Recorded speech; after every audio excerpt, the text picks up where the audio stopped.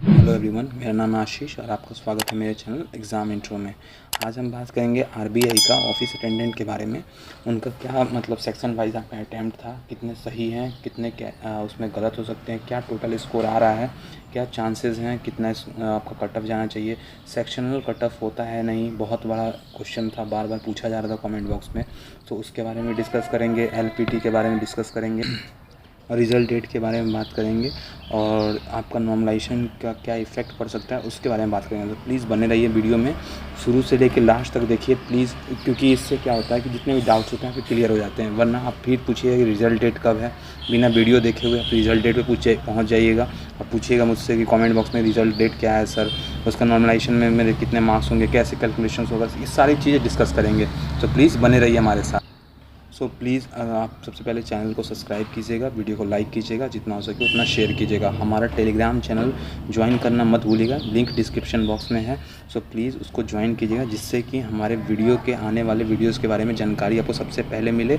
और सेकेंड चीज़ जो है कि उसमें कितने सारे जो आपके जॉब के रिलेटेड जो होते हैं नोटिस, वो मैं पोस्ट करता हूँ, जिससे कि आपको सबसे पहले जानकारी मिलती है। जैसे कल मैंने जो एनटीपीसी का जो ट्रेनिंग इंजीनियर का मैंने पोस्ट किया था, सबसे पहले पोस्ट किया था वहाँ पे। अभी तक ना यूट्यूब चैनल पे था ना किसी इसमें था टेलीग्राम ग्रुप में। वहाँ पे मैंने सबसे पहले पोस्ट किया था। प्लीज़ इस सब चीज़ों के लिए आप वहाँ ज़रूर जुड़िएगा। आइए देखते हैं सबसे पहले तो टोटल वैकेंसीज थी, तो आपको पता ही है कि आपका अहमदाबाद से बेंगलोर और भोपाल सबको, तो इसके बारे में हम डिस्कस नहीं करेंगे। हम आगे डिस्कस करते हैं। नंबर ऑफ़ क्वेश्चंस देखिए यहाँ पे 90 मिनट्स का टाइम था, ठीक है। नंबर ऑफ़ क्वेश्चंस जो थी 120 था, 120 मिनट में 120 क्वेश्चन था, 120 मार्क्स का, ठीक है, जो इंग्लिश और हिंदी दोनों में था। एक चौथाई जो 1/4 नेगेटिव मार्किंग था। तो ये चीज़ आपको क्लियर होना चाहिए। और एलपीटी के बारे में भी बात करेंगे, शॉर्ट बात करेंगे, तो प्लीज़ आप बने रहिएगा। सबसे पहले देखते हैं अगर रीजनिंग में 30 क्वेश्चन हैं, अगर आप 24 मार्क करते हैं, ठीक है, एवरेज स्टूडेंट 24 मार्क कर देते हैं, ठीक है, तो उस कंडीशन में गेस वर्क होता है 2 से 3 होता है। वो जल्दीबाजी में होता है या जैसे भी होता है, वो ह्यूमन एरर है, ये 2 से 3 आ ही जाता है। तो उस कंडीशन में आपका 21 से 20 के बीच में आपका बनता है, ठीक है, ओवरऑल मार्क्स। एक चौथाई का नेगेटिव मार्किंग लिया जाए तो। उसके बाद हम जनरल अवेयरनेस की बात करें, जनरल अवेयरनेस में 30 क्वेश्चंस हैं। अगर हम आंसर्स की बात करें तो 22 से 26 लोग मार्क करके आते हैं। और अगर एवरेज स्टूडेंट्स होते हैं जो रॉन्ग होते हैं, वो 4 से 6 के बीच में रॉन्ग हो जाते हैं, क्योंकि जनरल अवेयरनेस में थोड़ा ज़्यादा देखा जाता है कि रॉन्ग हो जाता है। तो उस कंडीशन में जो आपका मार्क्स बनता है वो 21 से 25 के बीच में बनता है। अब अगर हम देखें कि आपका इंग्लिश लैंग्वेज के बारे में, तो इंग्लिश लैंग्वेज में आपके मान लीजिए 30 क्वेश्चंस आपके हैं और आंसर आपने 23 से 27 के बीच दिया है, और जो गेस वर्क है 3 से 5 के बीच में है। तो आपका अगर हम गेस वर्क लेके चले, कैलकुलेट करें, तो ओवरऑल जो बनता है वो 19 से 26 के बीच में मार्क्स बनता है, ठीक है। तो ये चीज़ आपको क्लियर हो गई होगी। उसके बाद हम नेक्स्ट बात करते हैं कि न्यूमेरिकल एबिलिटी, जिसको एप्टीट्यूड भी बोलते हैं। उसमें 30 क्वेश्चन हैं, ठीक है, और आंसर है 22 से 26 के बीच में। और अगर हम देखें गेस वर्क, वो 3 से 5 के बीच में है। ओवरऑल जो मार्क्स बनेगा वो आपका 25 से 19 के बीच में बनेगा, ठीक है। अगर हम मैक्सिमम और मिनिमम अगर जोड़ के चला जाए तो आपका जो स्कोर होता है आपका, देखिए यहाँ पे 86 से 90 के बीच में, ठीक है, इतना आपके मतलब आपके स्कोर पहुंच जाएगा एवरेज बच्चों के, ठीक है। तो अब हम देख सकते हैं कि कट ऑफ इस पे ही डिसाइड होता है कि एवरेज थोड़ा सा ऊपर नीचे होता है, ठीक है। तो अब हम देखते हैं कि कट ऑफ क्या रहने वाला है एक्चुअली। आइए देखते हैं। सबसे पहले देखते हैं जनरल कैटेगरी का। जनरल कैटेगरी का जो अगर 89 से 93 के बीच में है तो आप बिल्कुल, अगर आप जनरल से 89 से 93 के बीच में हैं तो आप सेफ़ हैं। अगर इससे कम है तो प्लीज़ कमेंट बॉक्स में ज़रूर पूछिएगा, जिससे कि मैं आपको बता पाऊँ कि क्या चांसेस हैं, क्योंकि कुछ डेटा ऐसा है जो कि वीडियो लंबी होने के कारण हम वहाँ नहीं दे पाते हैं। तो प्लीज़ आप ज़रूर पूछिएगा, आपको चांसेस मैं बता सकता हूँ कि आपको क्या उम्मीदें रखनी चाहिए, नहीं रखनी चाहिए। अगर हम EWS की बात करें तो 81 टू 85 के बीच में वहाँ पे कट ऑफ रहने के चांसेस हैं। अगर हम OBC की बात करें तो 84 टू 87 रहने के चांसेस हैं उसके बीच में। और SC की बात करें तो 76 टू 80 के बीच में रहने के चांसेस हैं। अगर हम बात करें ST का तो 72 टू 76 के बीच में रहने के चांसेस हैं पूरे, ठीक है। तो ये हो गए। अब PWD के बारे में बात करें, बहुत ज़्यादा पूछा जाता है यार PWD के बारे में, क्योंकि मैं शायद बार बार छोड़ जाता था, लेकिन इस बार मैंने इंक्लूड किया है। PWD के बारे में बात करें तो 67 टू 70 के बीच में अगर हैं तो बिल्कुल आप सेफ़ हैं।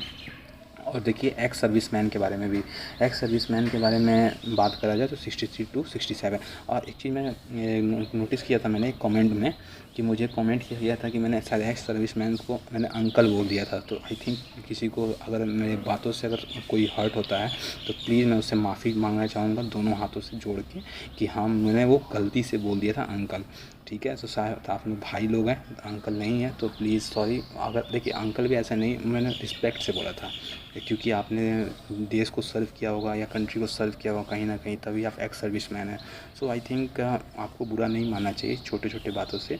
सो अगर मेरे बातों से बुरा लगता है तो प्लीज़ उसके लिए मैं माफ़ी चाहूँगा। सो आइए देखते हैं, जो एक्स सर्विस मैन का जो कट ऑफ है वो 63 थ्रू 67 रहने के चांसेस हैं, ठीक है, इसी बीच में जाएंगे। अब हम बात करते हैं जो कि नेक्स्ट हमारा जो होता है कि सेक्शनल कट ऑफ। देखिए हमने जो नोटिफिकेशन देखोगे आप, तो नोटिफिकेशन में सब कुछ डिसाइड होता है, ठीक है। अगर अब क्या होता है कि नोटिफिकेशन में जैसे आप बैंकिंग जो IBPS का देखते हो उसमें दिखा रहता है कि सेक्शनल कट ऑफ है, ठीक है। बट आपका जो अटेंडेंट का आप देखोगे RBI का, इसमें सेक्शनल कट ऑफ लिखा नहीं रहता है नोटिफिकेशन में, तो इसका मतलब वहाँ पे सेक्शनल कट ऑफ नहीं है। देखिए सेक्शनल कट ऑफ से बहुत ज़्यादा फ़र्क पड़ जाता है। अगर मान लीजिए कि आपके नंबर अच्छे हैं, आप क्वालिफाई कर जाते हो कट ऑफ को, लेकिन किसी सेक्शंस में आपके नंबर कम आते हैं और वहाँ पर आप डिस्क्वालीफाई हो जाते हो, तो इसका मतलब आप वहाँ पर फाइनल रिजल्ट में नहीं लिए जाओगे, ठीक है। तो सेक्शनल कट ऑफ का बहुत बड़ा इम्पैक्ट पड़ता है, तो प्लीज़ आप ये ध्यान रखिए कि इसमें सेक्शनल कट ऑफ नहीं है, ठीक है। तो आई थिंक आपका डाउट क्लियर हो गया होगा, जो कि आप बार बार पूछ रहे थे। अब हम बात करते हैं नॉर्मलाइजेशन का। देखिए नॉर्मलाइजेशन होता है कि स्टैंडर्ड डेविएशन से निकलता है, ठीक है। अब स्टैंडर्ड डेविएशन का जो आपका फॉर्मूला होता है S1/S2 करके, वो आगे का जो बहुत लेंदी प्रोसेस है, ठीक है, उस पर मैं नहीं जाऊँगा। तो ये आपका नॉर्मलाइजेशन का फैक्टर है। और ध्यान रखिएगा नंबर ऑफ़ शिफ्ट जितने ज़्यादा होते हैं, नॉर्मलाइजेशन का फैक्टर उतना ज़्यादा इम्पैक्ट करता है, क्योंकि डेविएशन उतना ज़्यादा होगा आपका ओरिजिनल मार्क्स से। तो I think number of shift होते हैं वो ज़्यादा पहुंचते हैं वहाँ पे, तो मतलब होते हैं, तो इसका मतलब क्या होता है कि आपको नॉर्मलाइजेशन में 20 नंबर भी मिल जाता है, 25 नंबर भी मिल जाता है, और 10 नंबर भी मिलता है, 15 नंबर भी। तो ये जो रीच होता है ना 25 तक का, ये तभी हो सकता है जब आपके नंबर ऑफ़ शिफ्ट जो होते हैं ज़्यादा होते हैं, और आपका जो मार्क्स आता है जो कि एवरेज मार्क्स होता है किसी शिफ्ट का, और जो आपका अभी के शिफ्ट का मार्क्स है उसमें डेविएशन ज़्यादा हो, तब जाके आपके जो मार्क्स होते हैं वो ज़्यादा इंक्रीज़ करते हैं, ठीक है। तो ये कंडीशन होता है नॉर्मलाइजेशन का। तो हम नॉर्मलाइजेशन पे इसलिए बात नहीं करते हैं क्योंकि अभी तक आपके मार्क्स जो हैं, अगर मैं उसमें लेके चलूँ कि अगर आपके 70, अगर एक तरह से आपके अगर नॉर्मलाइज मार्क्स क्या होंगे, रॉ मार्क्स अगर 70 आ रहे हैं, तो उस कंडीशन में जो होता है नॉर्मलाइजेशन का अगर हम फैक्टर यूज़ करेंगे तो उसमें 10 से 15 नंबर का इजाफा हो जाता है, ऐसा देखा जाता है। तो आई थिंक आपको क्लियर हो गया हो नॉर्मलाइजेशन का फैक्टर। अब हम बात करते हैं कि नॉर्मलाइजेशन से कट ऑफ पे कितना असर पड़ता है। देखिए कभी कभार देखा जाता है कि नॉर्मलाइजेशन करने के बाद जो बच्चे मतलब वहाँ पे कट ऑफ के आसपास भी नहीं होते हैं रॉ मार्क्स के, वो ऑलमोस्ट कट ऑफ क्लियर कर जाते हैं। ऐसा क्यों? क्योंकि उनका जो शिफ्ट होता है या तो हार्ड होता है बहुत ज़्यादा, और या तो उनकी एक्यूरेसी लोग बोलते हैं कि मैटर ही नहीं करती है, वहाँ पे होता ही नहीं है।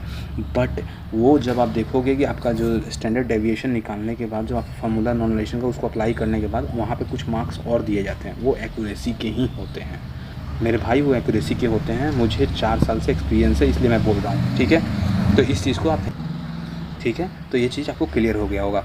अब हम बात करते हैं रिज़ल्ट डेट के बारे में। देखिए रिज़ल्ट जो है आपका वो जून में आएगा, ये आपको कंफर्म हो चुका है, ठीक है।